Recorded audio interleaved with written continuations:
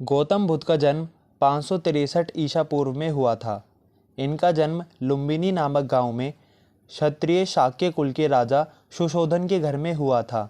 इनकी मां का नाम महामाया था, जिनका निधन बौद्ध के पैदा होने से 7 दिन बाद हो गया था। महात्मा बुद्ध का पालन महारानी की छोटी बहन महाप्रजापति गौतमी ने किया। बौद्ध का बचपन में नाम सिद्धार्थ था, जिसका अर्थ है वो सिद्धि प्राप्ति के लिए जन्मा हो। जन्म समारोह के दिन एक साधु ने अपने पहाड़ के निवास से घोषणा की कि बच्चा या तो एक महान राजा या एक महान पवित्र पथ प्रदर्शक बनेगा। बौद्ध के पिता ने 5वें दिन एक नामकरण समारोह आयोजित किया और 8 ब्राह्मण विद्वानों को भविष्य पढ़ने के लिए आमंत्रित किया। सबने एक जैसी भविष्यवाणी की कि बच्चा या तो महान राजा या महान पथ प्रदर्शक यानी साधु बनेगा। लेकिन सिद्धार्थ के पिताजी चाहते थे कि वह एक राजा बने, ना कि कोई साधु संत। इसलिए उन्होंने बचपन से ही सिद्धार्थ को सारी सुख सुविधाएं दी और उनको महल से कभी भी बाहर नहीं जाने दिया, ताकि वह बाहर से लोगों का अध्ययन ना कर पाएं।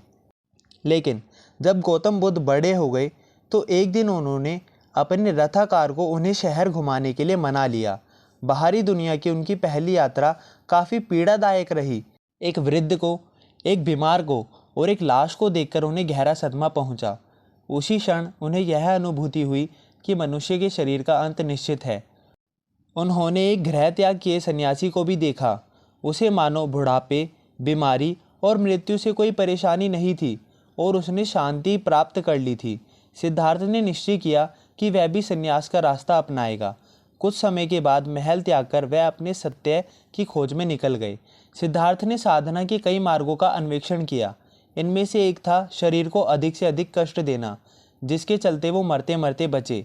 इन अतिवादी तरीकों को त्याग कर उन्होंने कई दिन एक ध्यान करते हुए अंततः ज्ञान प्राप्त किया। इसके बाद से उन्हें बौद्ध अथवा ज्ञानी व्यक्ति के नाम से जाना गया। बाकी जीवन उन्होंने धर्म या साम्यक जीवन यापन की शिक्षा दी। बुद्ध की शिक्षाओं को सुत्त पिटक में दी गई कहानियों के आधार पर पुनः निर्मित किया गया है। हालांकि कुछ कहानियों में उनकी अलौकिक शक्तियों का वर्णन है। दूसरी कथाएं दिखाती हैं कि अलौकिक शक्तियों की बजाय बुद्ध ने लोगों को विवेक और तर्क के आधार पर समझाने का प्रयास किया। उदाहरण के लिए, जब एक मरे हुए बच्चे की शोकमगन माँ बुद्ध के पास आई तो उन्होंने बच्चे को जीवित करने के बजाय उस महिला को मृत्यु के अवश्यंभावी होने की बात समझाई। बुद्ध ने कहा, मैं तुम्हारे बच्चे को जरूर जीवित कर सकता हूँ, लेकिन मैं चाहता हूँ कि तुम हर घर से एक मुट्ठी चावल लेके आओ। लेकिन इसमें मेरी एक शर्त है, तुम्हें उस घर से चावल लाने होंगे जिसमें आज तक किसी की भी मृत्यु नहीं हुई होगी। तो वो महिला उस गांव के हर घर में जाती है और एक मुट्ठी चावल मांगती है और पूछती है, क्या तुम्हारे घर में किसी की मृत्यु हुई है? तो सारे लोग हाँ भर देते हैं। इससे उस महिला को पता चलता है कि मृत्यु संभव है, मृत्यु कभी भी हो सकती है। मृत्यु से ना कोई बच पाया है, ना कोई बचेगा। इसलिए वह बुद्ध के पास जाती है और कहती है कि गुरुजी, मैं समझ गई आप मेरे को क्या समझाना चाहते थे।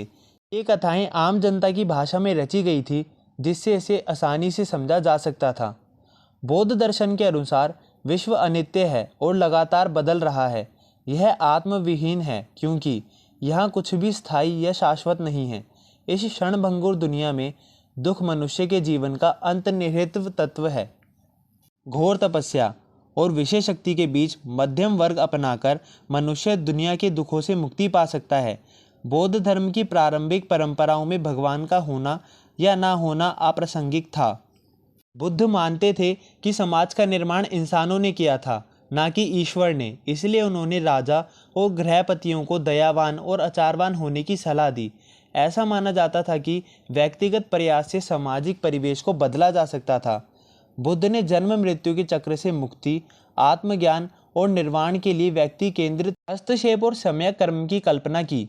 निर्वाण का मतलब था अह और इच्छा का खत्म हो जाना, जिससे गृह त्याग करने वालों के दुखों के चक्र का अंत हो सकता था।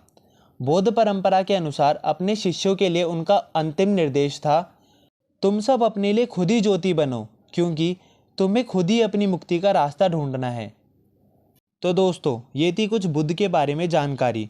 अगर आपको वीडियो पसंद आई हो तो चैनल को सब्सक्राइब करें, वीडियो को लाइक करें और कमेंट ज़रूर करें। धन्यवाद। जय श्री राम।